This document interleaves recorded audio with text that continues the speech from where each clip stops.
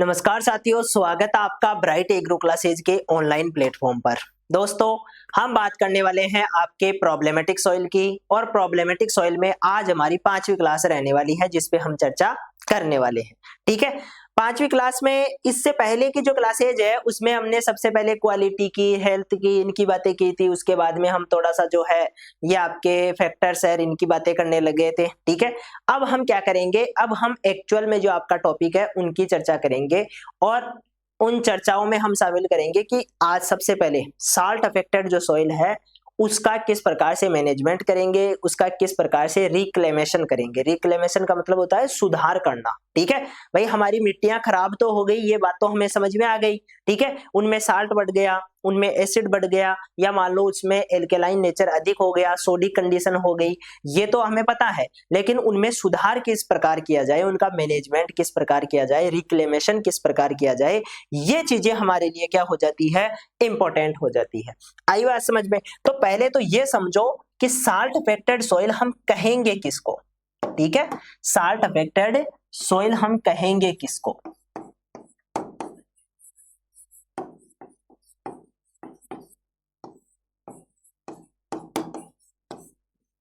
यदि मैं हिंदी में लिखूं तो लवणीय या लवणता प्रभावित मृदाई, ये बोल सकते हैं। ठीक है, लवणता प्रभावित मृदाई, यानी कि ये किससे प्रभावित है दोस्तों, लवणों से प्रभावित है।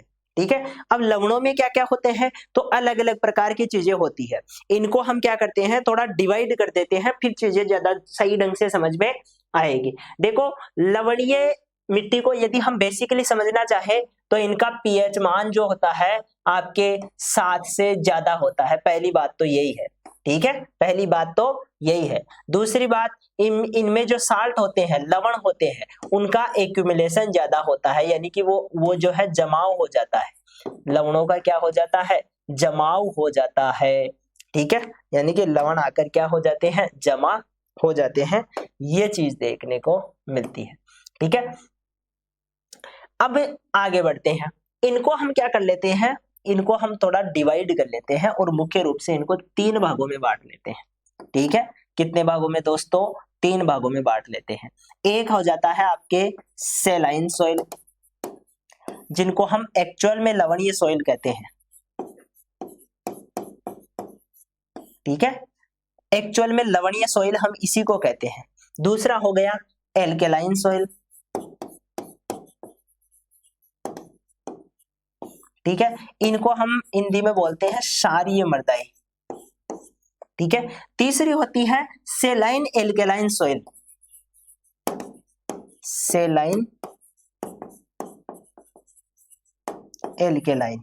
ठीक है, यानी कि इसमें सेलिनिटी का गुण भी होता है और इसमें एल्केलिनिटी का गुण भी होता है, दोनों ही पाए जाते हैं। ठीक है, और इन मृदाओं को हम मुख्य रूप से, क्योंकि वो लवणीय सारीय मृदाएं हो गई, ये सारीय हो गई, ये लवणीय हो गई, इनको हम एक नाम से और जानते हैं, सोडिक सॉइल। ठीक है, क्या जानते हैं, सोडियम वाली सॉइल, यानी कि सोडिक सॉइल भी इनको कहते हैं, क्योंकि इनमें सोडियम ज्यादा होता है। ठीक है, अभी हम चर्चा भी करेंगे इनकी। देखो, पीएच के आधार पर किस प्रकार से डिवाइड किया गया है, यहां से ही सारी चीजें क्लियर कर लेना, फिर आगे हम जो है मैनेजमेंट ही पढ़ेंगे, डायरेक्ट मैनेजमेंट की ही बातें करेंगे। यदि हम यहां से सारी चीजें एक बार यहां से क्लियर हो जाएंगी ना, इनके 4 पॉइंट हम डिस्कस करेंगे। एक तो पीएच की बात करेंगे, एक इनमें सोडियम परसेंटेज की बात करेंगे, एक एक्सचेंजेबल सोडियम परसेंटेज की बात करेंगे। ठीक है, और एक हम बात करेंगे इनमें मुख्य रूप से कि इनका कलर कैसा होता है, इस प्रकार की बात करेंगे। ठीक है, मेन चीजें यही रहने वाली है आपके। सबसे पहले मैं पीएच की बात करूं, जो स्टैंडर्ड बुक्स है वो ये कहती है कि पीएच इनका 8.5 से क्या होता है, कम होता है। ठीक है, सेलाइन जो मिट्टियां होती है 7 से तो ऊपर है, लेकिन 8.5 से क्या होता है, कम होता है। आई बात समझ में, पहली बात समझ में आ गई। दूसरी बात, जो एल्केलाइन मिट्टियां होती है ना, इनका पीएच मान 8.5 से ज्यादा बताया जाता है। ठीक है, यानी कि ये पीएच में ज्यादा होती है, और ऐसा क्यों होता है, क्योंकि इनमें सोडियम ज्यादा पाया जाता है। ठीक है, ये चीज ध्यान रखना। इसके बाद में यहां पर आ जाते हैं। अब देखो, यहां पर दुविधा है। क्या दुविधा है, कुछ बुक्स कहती है कि 8.5 से ज्यादा होते हैं। ठीक है, कुछ बुक्स कहती है कि 8.5 से कम होता है। लेकिन हम फॉलो करेंगे कौन से अपने अपने जो fundamental of soil science IARI द्वारा निकाली हुई जो बुक है फंडामेंटल ऑफ सॉइल साइंस की, उसके हिसाब से लिखा रहा हूं 8.5 से कम होता है। ठीक है, तो कई प्रकार की जो है प्रॉब्लम नहीं होगी क्योंकि गवर्नमेंट बुक है और जो है ऑथेंटिक बुक है, तो हम जो है इस पर ये भी कह सकते हैं कि हाँ ये सही है। और कई बुक्स जो है 8.5 से ज्यादा भी बताती है, लेकिन उस चीज को हम ध्यान में नहीं देंगे, हम ऑथेंटिक बुक के हिसाब से चल रहे हैं और 8.5 से कम ही होता है। ठीक है, ये पीएच की बात हो गई। दूसरी चीज होती है इनकी ईसी, इलेक्ट्रिक कंडक्टिविटी की हम बात करेंगे। ठीक है, इलेक्ट्रिक कंडक्टिविटी में क्या होता है, तो देखो ईसी होती क्या है पहले ये समझो। ठीक है, ईसी क्या होती है, जैसे मान लो पानी भरा हुआ है या मिट्टी है, उस मिट्टी में से करंट की धारा को प्रभावित करते हैं। ठीक है, और वो करंट की धारा कितनी फास्ट जाती है, ठीक है, कितनी फास्ट जाती है, ये डिपेंड करता है उसकी ईसी बताने को। ठीक है, ये क्या करता है, ईसी को बताता है। आई बात समझ में, तो ये चीज होती है। यहां पर हम ये कहेंगे कि जो ईसी होती है वो 4 डेसिमल साइमन, ठीक है, डेसिमल साइमन से क्या होती है, ज्यादा देखने को मिलती है, क्योंकि यहाँ पर क्या है, अलग अलग प्रकार के लवण है और ज्यादा लवण होने, अलग अलग प्रकार के लवण होने की वजह से जो इलेक्ट्रिक कंडक्टिविटी है वो 4 से ज्यादा देखने को मिलती है। ठीक है, 4 से ज्यादा देखने को मिलती है। दूसरी बात, यहाँ पर जो इलेक्ट्रिक कंडक्टिविटी है, ठीक है, वो 4 से कम देखने को मिलती है। ठीक है, और यहाँ आपको इलेक्ट्रिक कंडक्टिविटी 4 से क्या देखने को मिलेगी, ज्यादा ही देखने को मिलेगी, क्योंकि यहाँ भी अलग अलग प्रकार के लवण मौजूद होते हैं। ठीक है, तो जितने ज्यादा प्रकार के लवण होते हैं उतनी ही ज्यादा क्या होती है, इलेक्ट्रिक कंडक्टिविटी होती है। ये चीज देखने को मिलती है, इसलिए हम यहाँ पर भी क्या मान के चलते हैं, कम ज्यादा ही मान के चलते हैं। फिर इसके बाद में आ जाता है जो आपका नेक्स्ट है। ठीक है, नेक्स्ट प्रॉपर्टी कौन सी है, तो मैं लिख रहा हूं, हम बोल देते हैं एक्सचेंजेबल सोडियम परसेंट। ठीक है, क्या होता है, एक्सचेंजेबल सोडियम परसेंटेज, इसको हम 15 के रूप में मान के चलते हैं। यदि यहाँ पर सोडियम, क्योंकि अलग अलग प्रकार के लवण है, यहाँ पर सोडियम कम है तो इसको हम कम मान के चलते हैं। यहाँ पर क्या है, यहाँ पर आपके क्योंकि सोडियम ज्यादा मात्रा में होता है, ठीक है, तो एक्सचेंजेबल मात्रा में भी सोडियम क्या रहेगा, ज्यादा ही रहेगा। इसके अलावा हम यहाँ मान के चलते हैं कि यहाँ भी 15 से ज्यादा ही होता है सोडियम। ठीक है, इसके बाद में आ जाते हैं SAR पर। सर SAR क्या है, सोडियम एब्जॉर्प्शन रेशियो। ठीक है, सोडियम एब्जॉर्प्शन रेशियो, ये आपके यहाँ 13 से कम होता है, यहाँ 13 से ज्यादा होता है और यहाँ भी 13 से ज्यादा ही होता है, 13 से क्या होता है, ज्यादा ही होता है। इस प्रकार से ये जो चीजें हैं आपके, ये क्या की जाती है, यहाँ पर दर्शाई जाती है। ठीक है, हम यदि सेलाइन सोइल को डिफाइन करना चाहे तो हम ये कहेंगे कि वह साल्ट अफेक्टेड मिट्टी जो साल्ट से अफेक्टेड तो है लेकिन उसका पीएच मान 8.5 से कम होता है, ठीक है, उसमें EC 4 से ज्यादा होती है, ESP जो एक्सचेंजेबल सोडियम परसेंटेज है वो 15 से कम होती है, और SAR जो आपका सोडियम एब्जॉर्प्शन रेशियो है वो 13 से कम होता है, उस मिट्टी को हम सेलाइन के रूप में जानते हैं। ठीक है, इस प्रकार से हम इनको डिफाइन कर सकते हैं, इनकी डेफिनेशन ऐसे ही दी जाती है, इन्हीं कारकों को बताकर, इन्हीं फैक्टर्स को बताकर हम क्या करते हैं, इनकी डेफिनेशन देते हैं। बात समझ में आई क्या, यहां तक किसी प्रकार का कोई इश्यू हो तो बात करो, फिर आगे हम बढ़ते हैं। ठीक है, यहां पर क्या करेंगे, देखो ये बेसिक चीजें हैं, ये आपने एक बार जान ली। इसके अलावा कुछ बेसिक और कैरेक्टर आपको मैं बता देता हूं, जैसे ये जो सोइल है, सेलाइन जो सोइल होती है, इसमें अलग अलग प्रकार के लवण है। ठीक है, अलग अलग प्रकार के लवण है और वो भी कौन से हैं, सोल्यूबल है, आराम से पानी में घुल जाते हैं। ठीक है, तो जब हम इस मिट्टी को दूर से देखते हैं, ठीक है, तो दूर से देखने पर ये मिट्टी हमें, क्योंकि लवण ऊपर आकर जमा हो जाएंगे जब पानी नहीं रहेगा तब, तो दूर से देखने पर ये व्हाइट नजर आती है, ऊपर से पूरी बिल्कुल सफेद सी, जैसे नमक की परत होती है ना झीलों में, इनमें देखते हैं हम, जो कच्छ का रण है जिसको हम कहते हैं गुजरात में जो कच्छ का रण है, उसमें दूर दूर तक हमें सिर्फ व्हाइट ही व्हाइट नजर आता है। वो क्यों नजर आता है, क्योंकि वहां की मिट्टी में लवण ज्यादा है और वहां की मिट्टी सेलाइन है, इसकी वजह से नमक क्या हो चुका है, ऊपर आ चुका है और वो नमक दिखाई देता है हमें। ऐसा ही जयपुर के सामर झील में होता है, सामर झील में गर्मियों के टाइम पे जाते हैं तो दूर दूर तक हमें क्या दिखाई देता है, नमक दिखाई देता है। ठीक है, तो वो भी क्या होता है, ऊपर आके जो नमक है आपका, लवण है, साल्ट है, वो ऊपर आकर जमा हो जाते हैं। ये होता है, इसलिए हम इसको जो है कुछ जनरल चीजें ये होती है लवणीय की। ठीक है, अलग अलग लवण होने की वजह से और पानी में घुलनशील होने की वजह से इस मिट्टी को हम आसानी से सुधार सकते हैं। कैसे सुधार सकते हैं, पानी छोड़ दो इसमें, क्यारियां या चारों ओर जो आपका खेत है उस खेत को चारों ओर से बंद कर दो और उसमें पानी भर दो। ठीक है, जनरली ऐसा होता है और इसकी वजह से क्या हो जाते हैं, पानी के साथ में नमक या जितने भी साल्ट होते हैं वो घुलकर गहराई में चले जाते हैं, उनकी लीचिंग हो जाती है।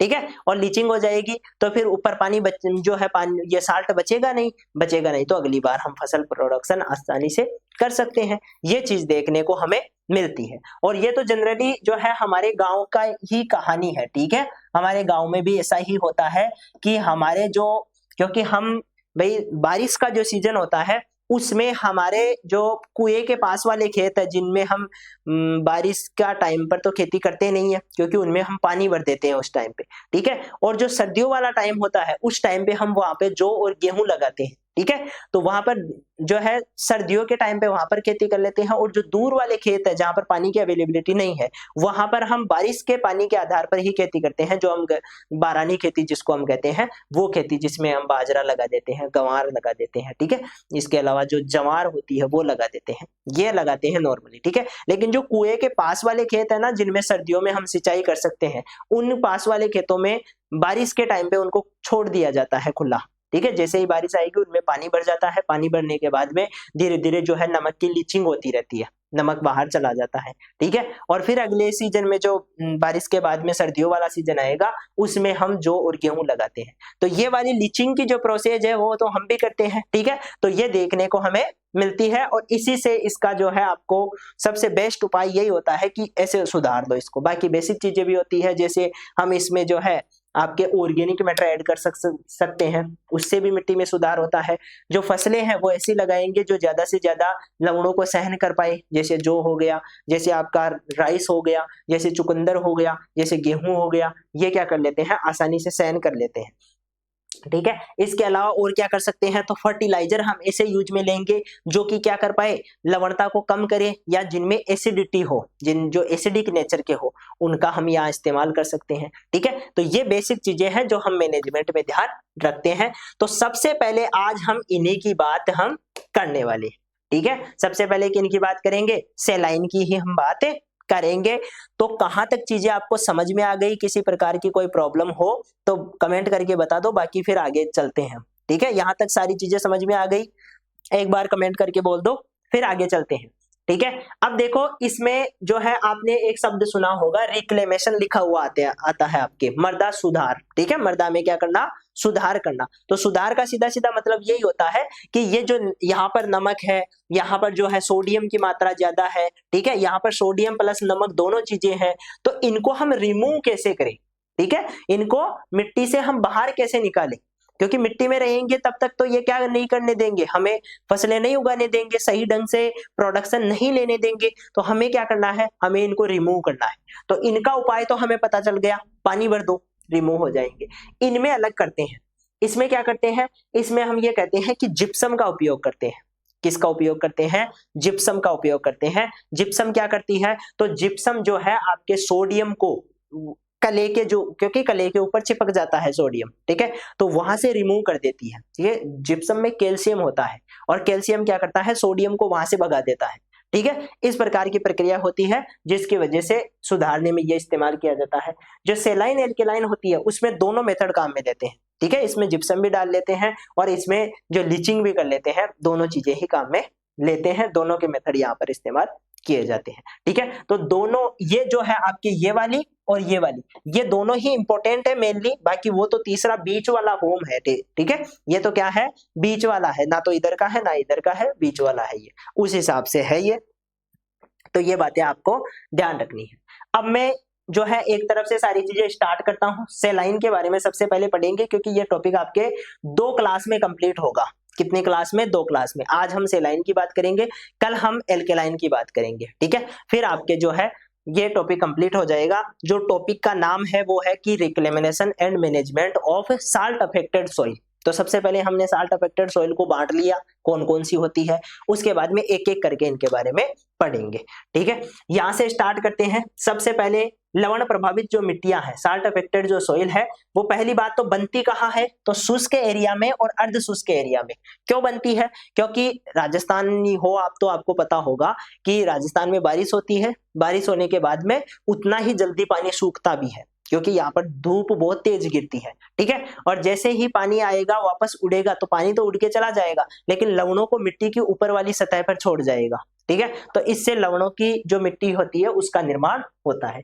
दूसरा है लवणीय और क्षारीय उत्पन्न करने वाली संचयी आयन में देखो कौन कौन से होते हैं। ठीक है, यानी कि कौन कौन से जो आयन है वो ज्यादा पाए जाते हैं इन मिट्टियों में। एक तो सोडियम होगा, ठीक है, एक पोटेशियम होगा, मैग्नीशियम होगा, कैल्शियम होगा, ठीक है, क्लोराइड होगा, बाइकार्बोनेट होगा, वो कार्बोनेट और बाइकार्बोनेट होगा। ठीक है, इसमें हम ये कहते हैं कि जो सोडियम के कार्बोनेट और सोडियम के बाइकार्बोनेट ये वाले ज्यादा पाए जाते हैं किसमें, आपकी जो ये होती है ना एल्केलाइन सॉइल, इसमें ये दोनों ज्यादा पाए जाते हैं। ठीक है, बाकी जो पोटेशियम का हो गया, मैग्नीशियम का हो गया, कैल्शियम के आयन हो गए, ये मुख्य रूप से कहां पाए जाते हैं, ये मुख्य रूप से सेलाइन सॉइल में पाए जाते हैं। ठीक है, किस में पाए जाते हैं, सेलाइन में।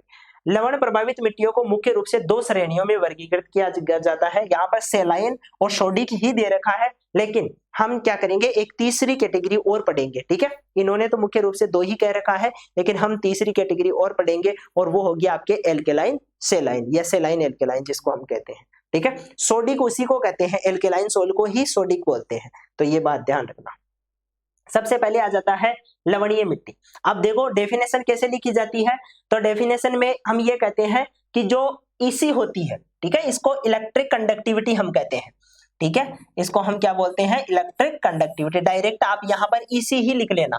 जो ईसी की चालकता होती है वो 4 डेसिमन साइमन मीटर से कम होती है। ठीक है, ये इसकी इकाई है, कभी कभी ये भी पूछ लेते हैं जो ईसी की इकाई होती है वो क्या होती है। ठीक है, तो ये डेसिमन साइमन पर मीटर के हिसाब से कम होती है, और ये आपके इससे क्या देखने अधिक देखने को मिलेगी 4 से। ठीक है, क्या देखने को मिलेगी, अधिक देखने को मिलेगी, क्योंकि अलग अलग प्रकार के लवण है और अलग अलग प्रकार के लवण होने की वजह से इलेक्ट्रिक कंडक्टिविटी तेजी से होती है। ठीक है, यानी कि हम जब धारा प्रवाह करेंगे, जो आपके लाइट है उसको प्रभाव करेंगे, तो जल्दी से लाइट दूसरी जगह जाएगी। ठीक है, ज्यादा स्पीड से, इसी को कहते हैं इलेक्ट्रिक कंडक्टिविटी। आई सिंपल बात समझ में। दूसरी है एक्सचेंजेबल सोडियम परसेंटेज, इसको हम ESP के रूप में दर्शाते हैं। ठीक है, ये आपके क्या होता है, 15 से कम होता है, और यही बात मैंने आपको वहां पर बताई थी। जो आपके ये चीज है, यहाँ पर 2 कैरेक्टर ही दे रखे हैं, आप सारे लिख लेना। ये देखो ESP यहाँ पर कम है, SAR भी यहाँ पर कम होता है, ये जो आपका EC है वो ज्यादा होता है, और pH मान यहाँ पर कम होता है। ये सारी चीजें आपको ऐड करनी है इसमें। इसके बाद में लवणीय मिट्टी का निर्माण की बात करते हैं। लवणीय मिट्टी का निर्माण होता कैसे है, तो सिंपल सी बात है कि क्या होगा, सेलिनाइजेशन होगा। ठीक है, सेलिनाइजेशन। अब देखो सेलिनाइजेशन प्रक्रिया होती क्या है, इसको समझने की कोशिश करो। पहली बात तो ये मिट्टियां वहां पर बनती हैं जहां पर बारिश कम होती है। ठीक है, पहली बात।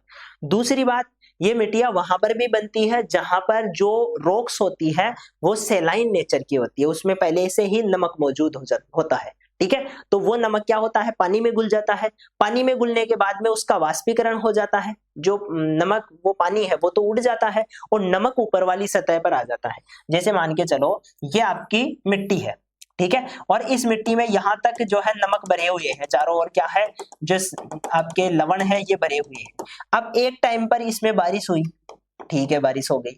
अब बारिश में के पानी में नमक क्या हो गया, घुल चुका है। ठीक है, मिट्टी में से क्या हो चुका है, घुल चुका है। अब यही क्या होगा, जैसे ही पानी कम होता जाएगा, पानी का वाष्पीकरण होगा, पानी ऊपर उठेगा। ठीक है, ऊपर उठेगा। अब पानी के साथ में यहां तक नमक तो आ चुके थे, ठीक है, लेकिन बाद में क्या होता है, ऊपर सिर्फ पानी ही उड़ता है, क्योंकि नमक नहीं उड़ सकते। ठीक है, पानी ही क्या होता है, वाष्प बनता है, पानी ही उड़ता है, तो नमक यहाँ ऊपर आके इकट्ठे हो जाते हैं। क्या हो जाते हैं दोस्तों, नमक यहाँ ऊपर आकर इकट्ठा हो जाता है, और इसी प्रक्रिया को हम क्या बोलते हैं, सेलिनाइजेशन बोलते हैं। ठीक है, सेलाइन जो आपके नेचर है जिसको हम लवण बोल रहे हैं, तो लवणों का निर्माण होना, इसको हम हिंदी में ना लवणीकरण बोलते हैं। क्या बोलते हैं? लवणीकरण, यानी कि लवणों का निर्माण होना ही क्या है? सेलिनाइजेशन है। और ये प्रक्रिया कहाँ होती है? ये मुख्य शुष्क क्षेत्रों में और अर्ध शुष्क क्षेत्रों में होती है। तो फॉर्मेशन कैसे हुआ ये पता चल गया, क्या क्या कैरेक्टर होते हैं ये पता चल गया। अब हम आगे चलते हैं, आगे बात करते हैं। शुष्क क्षेत्रों में लवणीय मिट्टी इसलिए होती है क्योंकि यह यहाँ पर वर्षा कम होती है और वर्षा जो है पर्याप्त उपलब्ध नहीं होता है, तो लवण जो है निकास नहीं होता है लवणों का। ठीक है, ज्यादा पानी नहीं रहेगा तो लवण गहराई में नहीं जाएंगे, ठीक है, ऊपर ही जमा रहते हैं। ये भी एक कारण होता है लवणीय मिट्टियों की मुख्य समस्याएं। ठीक है, देखो प्रॉब्लम्स क्या होती है लवणीय मिट्टियों में। एक तो क्या होता है, बेसिक चीजें समझो। एक तो क्या होता है, जब हम प्लांट लगाएंगे, ये आपका क्या है? पौधा है। ठीक है, जब हम पौधा लगाएंगे तो पौधे में क्या हो जाता है? पौधा पानी खींचेगा। ठीक है, क्या करेगा? पौधा पानी खींचेगा, और पानी खींचेगा तो पानी के साथ नमक भी आएगा, क्योंकि नमक मौजूद है पहले से, तो पानी के साथ नमक भी आ जाता है और इन जड़ों के एरिया में आकर इकट्ठा हो जाता है। ठीक है, इन जड़ों के एरिया में क्या हो जाएगा? इकट्ठा हो जाएगा। अब क्या होगा, यहां पर चक्कर पड़ेगा परासरण का। ठीक है, किस चीज का? परासरण। सर ये परासरण क्या होता है? हम ये कहते हैं कि जो आपकी अर्धपारगम्य झिल्ली होती है, ठीक है, अर्धपारगम्य झिल्ली होती है जिसको हम मुख्य, इस परासरण को हम ओस्मोसिस भी कहते हैं। मान लो ये अर्धपारगम्य झिल्ली मैंने लगा दी, तो इस झिल्ली में से पानी क्या करता है? पानी हायर कंसंट्रेशन से, ठीक है, ध्यान देना है, पानी की बात कर रहा हूं, पानी ज्यादा कंसंट्रेशन से उच्च सांद्रता से, सांद्रता मान लो यहां पर ज्यादा है, तो यदि यहां पर ज्यादा सांद्रता है और यहां पर कम सांद्रता है, तो कम सांद्रता से पानी क्या हो जाता है? ज्यादा सांद्रता की ओर आता है। ठीक है, क्या होता है? कम सांद्रता से ज्यादा सांद्रता की ओर आता है। अब यहां देखो, मिट्टी के बाहर क्या है? ज्यादा सांद्रता है नमकों की, नमक की। ठीक है, अलग अलग नमक की क्या है? ज्यादा सांद्रता है, और प्लांट के अंदर क्या है? नमक की कम सांद्रता है। ठीक है, तो पानी अंदर से क्या आ जाता है? बाहर की तरफ आ जाता है। ठीक है, होना ये चाहिए था कि प्लांट के अंदर पानी जाना चाहिए था, क्योंकि पौधे को आवश्यक है, पानी की जरूरत है, लेकिन हो क्या रहा है? पानी उल्टा आ रहा है, या पानी एब्जॉर्ब नहीं किया जा रहा है पौधे के द्वारा। ठीक है, पानी क्या नहीं किया जा रहा है? पौधे के द्वारा लिया ही नहीं जा रहा है। ठीक है, तो पौधा मुरझा जाता है और थोड़ी दिनों के बाद में मर जाता है। तो ये प्रक्रिया होने की वजह से ये एक मुख्य समस्या इनमें देखने को मिलती है। ठीक है, बाकी बेसिक जो है छोटी मोटी चीजें तो होती रहती है। लवणों की उपस्थिति में मिट्टी में घुलनशील घोल के ओस्मोटिक पोटेंशियल को बदल देता है। ओस्मोटिक पोटेंशियल का सीधा सीधा मतलब क्या है? यहाँ पर परासरण की बात हो रही है। किसकी बात हो रही है? परासरण दाब की बात हो रही है। इसके परिणाम स्वरूप पौधों का जल अवशोषण सीमित हो जाता है, यानी कि पौधे लिमिटेड मात्रा में ही पानी ले पाते हैं, ज्यादा नहीं ले पाएंगे। ठीक है, या यदि ज्यादा लवणों की मात्रा हो जाएगी तो पानी ले ही नहीं पाएंगे। ठीक है, पौधों द्वारा पोषक तत्वों का अवशोषण भी कम हो जाता है। ठीक है, पौधे क्या करेंगे? पोषक तत्वों को अवशोषित भी नहीं कर पाएंगे, क्योंकि पोषक तत्व किसके साथ जाते हैं? पानी के साथ जाते हैं, और पानी ही जब पौधे द्वारा नहीं लिया जा रहा है तो पोषक तत्व कैसे लिए जाएंगे? ठीक है, नहीं लिए जाएंगे। तो ये चीज होती है। दूसरी बात, यहाँ पर सूक्ष्म जीवों की मात्रा भी कम हो जाएगी। सूक्ष्म जीव कैसे प्रभावित होंगे? जैसे कि फंगस होता है, कवक होता है। ठीक है, कवक की हम बात कर रहे हैं। कवक का क्या नेचर है? तो कवक क्या होता है? एसिडिक नेचर में जीवित रहता है। जो आपका अम्लीय माध्यम है उसमें ज्यादा अच्छे से जीवित रहता है। ठीक है, अच्छे से सरवाइव करता है। क्या वो अब यहाँ पर जीवित रह पाएगा? बिल्कुल नहीं रह पाएगा। यहाँ पर कुछ बैक्टीरिया जीवित रह पाएंगे, लेकिन फंगस जीवित नहीं रह पाएगा। अब जब फंगस जीवित नहीं रहेगा तो डिकम्पोजिशन की प्रक्रिया कंप्लीट नहीं होगी। ठीक है, और डिकम्पोजिशन नहीं होगा तो मिनरलाइजेशन या खनिजीकरण द्वारा पौधों को खनिज भी उपलब्ध नहीं होंगे। ठीक है, ये वाली प्रॉब्लम भी होती है। इसके अलावा क्लोराइड, सल्फेट जैसे आयनों की विषाक्तता के कारण पौधा पर विशिष्ट प्रभाव भी पड़ता है। क्लोराइड ज्यादा हो जाना, सल्फेट ज्यादा हो जाना, इसकी वजह से पौधे पर क्या होता है? विपरीत प्रभाव पड़ता है। ठीक है, यहां तक की बातें क्लियर हो गई। सारी बातें क्या क्या समस्याएं हो रही है? पहला तो ओस्मोसिस की वजह से पानी को पौधे नहीं ले पाते हैं। दूसरा, सूक्ष्म जीवों की कमी हो जाएगी, ठीक है, सूक्ष्म जीव कम रहेंगे। और तीसरी चीज, जो कुछ आयन है, क्लोराइड हो गए, सल्फेट हो गए, ये क्या करते हैं, ये आपके जो है टॉक्सिक प्रभाव डालते हैं, गलत प्रभाव डालते हैं, किस पर, पौधे पर, ठीक है। तो ये समस्याएं देखने को मिलती है। अब आ जाता है सबसे मेजर और इंपॉर्टेंट पॉइंट जो कि आपके लिए जरूरी है, और वो है मैनेजमेंट या रिक्लेमेशन। एक ही बात है, ठीक है। मैनेजमेंट करना यानी कि मिट्टी को सुधारना, और रिक्लेमेशन करना यानी कि वापस से मिट्टी को क्या करना, उसमें सुधार करना। तो ये एक ही बात होती है दोनों चीजों में, ठीक है। तो यहाँ पर क्या क्या कर सकते हैं, पहला तो हम लीचिंग करवा सकते हैं, जिनको हम कहते हैं, ये देखो यहाँ पर ध्यान दो, लीचिंग या जल निकासी, यानी कि जब आपने सिंचाई कर दी, अब सिंचाई करने के बाद में या तो उस पानी को बहुत टाइम तक भर के रखो, ठीक है, या फिर ऐसा करो कि उस पानी को जल्दी से सिंचाई करके खेत से निकाल दो, क्योंकि जब आपने सिंचाई की उस टाइम पे पानी में लवण घुल चुके हैं। अब उस पानी को वहां पर ठहरने मत दो, नहीं तो वो ऊपर लवण वहीं पे रह जाएंगे, वही बात हो जाएगी। अब उस पानी को जल्दी से खेत से बाहर निकाल दो, ताकि लवण भी उसमें घुलकर बाहर निकल जाए, वहां पर जमा नहीं हो, ठीक है। तो ये दो कंडीशन होती है, एक लीचिंग की और एक निकास की, ठीक है। निकास के लिए हम 60 सेंटीमीटर गहरी और 40 सेंटीमीटर चौड़ी जल निकास चैनल बना सकते हैं, ठीक है, जो आपके नालियां हैं वो बना देंगे। इसके अलावा क्या होगा, भूमिगत जल निकासी एक प्रभावी उपकरण है जो जलमग्नता कम करता है, अतिरिक्त लवणों को निकालने और द्वितीयक लवणों को रोकने में सहायता करता है। जो एक्स्ट्रा लवण है वो पानी में घुल के क्या हो जाएंगे, निकल जाएंगे। यही प्रक्रिया आपको अपनानी है।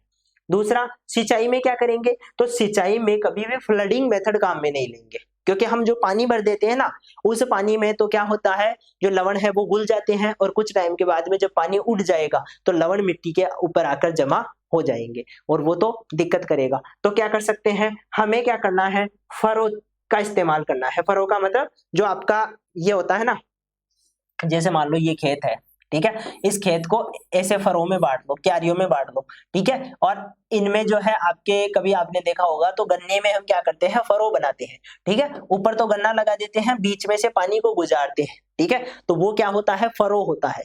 तो जब हम जो है इस प्रकार की फरो रखते हैं, ठीक है, तो पानी निकल जाता है बहकर, ठीक है, और उसके साथ में लवण भी बहकर चले जाते हैं, वहां पे ठहरते नहीं है। तो फरो मेथड का इस्तेमाल हम कर सकते हैं, या फिर हम ड्रिप का, स्प्रिंकलर का, या पिचर मेथड। पिचर क्या होता है, आपने देखा होगा कभी कभी, ऐसे मटके होते हैं, ठीक है, इन मटकों को हम क्या करते हैं, मिट्टी में दबा देते हैं, मिट्टी में क्या कर दिया, दबा दिया, इसके पास में एक पौधा लगा दिया, इसके पास में भी एक पौधा लगा दिया, ठीक है। यहाँ पर हम मटके को पानी में जो है भर के रख दिया। अब यहाँ से धीरे धीरे पानी क्या करता रहेगा, रिसाव करके निकलता रहेगा, लवण इसके अंदर ही रहेंगे, लवण क्या रहेंगे, अंदर ही रहेंगे। तो इस प्रकार से भी हम क्या कर सकते हैं, लवणों से बचने का ये भी एक मेथड होता है, ठीक है। क्योंकि इन सुधारित विधियों के तहत अपेक्षाकृत कम पानी का उपयोग होता है। आई बात समझ में, तो कम पानी का उपयोग हम यहाँ पर कर सकते हैं, ये बात भी आपको ध्यान रखनी है। ड्रिप, स्प्रिंकलर और पिचर मेथड हम इस्तेमाल कर सकते हैं। पिचर को मैंने समझा दिया, घड़े वाला जो मेथड है उसकी बात है। इसके बाद में आते हैं खाद प्रवर्धन। देखो खाद में हम क्या कर सकते हैं, तो ये तो आपको डालने ही है, FIM हो गया, इसके अलावा हम कहते हैं कंपोस्ट हो गया, हरी खाद हो गई, ये तो बहुत अच्छी होती है, ये तो किसी भी कंडीशन में डालो अच्छी ही मानी जाएगी। लेकिन इसके अतिरिक्त क्या कर सकते हैं, तो अतिरिक्त ऐसे खाद या उर्वरक जो कि लवणता को बढ़ाते हैं, जैसे कि सोडियम वाले हो गए, सोडियम नाइट्रेट हो गया, सोडियम सल्फेट हो गया, ठीक है, इनको अवॉइड करो, इनकी जरूरत नहीं है। दूसरी बात, ऐसे जो कि लवणता को बढ़ाते हैं उनकी हमें आवश्यकता है, क्योंकि पीएच को कम करना है। तो लवणता को बढ़ाने वाले जैसे कि अमोनियम नाइट्रेट हो गया, ठीक है, ऐसे जो उर्वरक है उनको हम क्या करेंगे, इंट्रोड्यूस करेंगे, उनको यूज में लेंगे हम, ठीक है, जिससे क्या होगा, पीएच मेंटेन रहेगा। तो ये दोनों चीजें ध्यान रखना है। एक ये भी ध्यान रखना है, क्योंकि नाइट्रोजन का लॉस होता है, इसमें क्या होता है, नाइट्रोजन का लॉस होता है, जो वेपराइजेशन है या वोलेटिलाइजेशन है, इसकी वजह से नाइट्रोजन उड़ जाता है, ठीक है। तो हम क्या कर सकते हैं, यहाँ पर नाइट्रोजन 20 से 25% बढ़ा सकते हैं, ठीक है। मान लो नॉर्मल खेत में आप 100 kg दे रहे हो, तो जब लवणीय खेत है आपका तो उसमें 120 kg या 125 kg दे दो, बस इतना ही फर्क पड़ेगा, ठीक है। दूसरी बात, कार्बनिक पदार्थों का उपयोग करना ही है, हरी खाद का उपयोग करना ही है, ये सारे क्या करते हैं, लवणता को नियंत्रित रख सकते हैं। फसल चयन की बात कर लेते हैं। फसलों में देखो ऐसी क्रॉप्स काम में लेनी है जो कि लवणों को सहन कर पाए। सर कौन कौन सी है वो फसलें? तो वो है आपकी चावल, ठीक है। चावल हमें दिखने में ऐसी लगती है कि सर ये तो पानी में लगाई जाती है, क्या ये भी लवणों को सहन कर सकती है क्या? बिल्कुल सहन कर सकती है, बहुत अच्छी फसल है और लवणों को सहन करने वाली है। जो नॉर्मली हमारे गांव में होते हैं खूब, ठीक है, लवणों में जो होता है। इसके अलावा गेहूं हम बोते हैं, ठीक है, खारे पानी में हम आराम से बो लेते हैं। इसके अलावा चुकंदर, क्या होता है? चुकंदर। यदि हम जो आपके ये है बागवानी फसलों की बात करें तो उसमें आप काम में ले सकते हो बेर, बील, खजूर, ये इस्तेमाल कर सकते हो। ये बहुत अच्छी फसलें हैं जो कि यहाँ पर भी आसानी से हो सकती है। अनार भी काफी हद तक जो है लवणों को सहन कर लेता है, अनार भी अच्छी फसल है, लवणों को सहन कर लेती है। ये मुख्य रूप से लिख लेना, ठीक है। यहाँ पर लिखी हुई नहीं है तो इनको जरूर ऐड कर लेना, चावल को, गेहूं को, जौ को, चुकंदर को, ठीक है। इसमें गेहूं थोड़ा सा जो है कम माना जाता है, इतना सहनशील नहीं है, लेकिन जौ, चावल और चुकंदर तो अच्छे माने जाते हैं, सहनशील होते हैं, ठीक है। यहां तक की चीजें समझ में आ गई। इसके बाद में आ जाता है मिट्टी और कल्चरल मैनेजमेंट किस प्रकार से कर सकते हैं। एक तो क्या होता है, ये तो जनरली हम भी देखते हैं, मान लो हमारा खेत है, ठीक है, हमारा खेत है तो इसमें से हम क्यारियों द्वारा पानी पिलाते हैं हमारे, ठीक है। क्या करते हैं? क्यारी मेथड का इस्तेमाल करते हैं जौ और गेहूं को पानी पिलाने के लिए। तो ये आपकी क्यारियां हैं। अब इसमें क्या करते हैं, एक मेन चैनल होती है जिसमें से पानी गुजरता है, फिर उसको मोड़ते रहते हैं ऐसे, ठीक है, काट काट कर। अब इस चैनल पे क्या होता है, यहाँ पर पानी इकट्ठा जो है, पानी क्योंकि कंटिन्यू जा रहा है तो उसकी मेड़ पर खार इकट्ठा हो जाता है, जिसको नॉर्मल भाषा में हम नमक ही बोलते हैं, ठीक है, या लवणीय जो है लवण बोल देते हैं उसको, ठीक है। जनरल भाषा में तो उसको खार बोलते हैं, लेकिन वैसे लवण कहते हैं।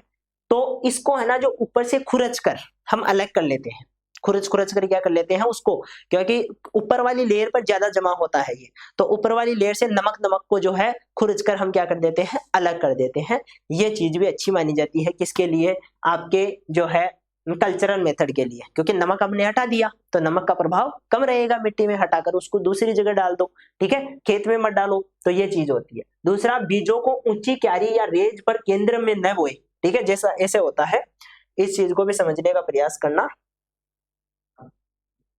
मान लो आप है ना खेत में ऐसे रिज बनाए हो आपने, ठीक है, ऐसे डोलियां बनाई है आपने, सामान्य भाषा में हम कहें तो ऐसे होती है, ठीक है। मान लो ऐसी फसल होती है जो ऊपर वाली रिज पे ज्यादा सही ढंग से काम करती है, तो यहाँ पर कभी भी टॉप पे मत लगाओ बीज को, ठीक है, यहाँ पर नहीं लगाने, क्योंकि हम पानी इसमें देंगे, ठीक है, पानी क्या करेंगे, यहाँ पर देंगे। अब जैसे ही जो नमक है वो क्या करता है, पानी के साथ घुलकर ऊपर चला जाता है, टॉप पे यहाँ जाकर इकट्ठा हो जाता है, तभी तो हम उसको अलग करते हैं। तो इस जगह यदि आप बीज बोओगे तो वो नमक से ज्यादा प्रभावित होता है। तो सर कहाँ बोए?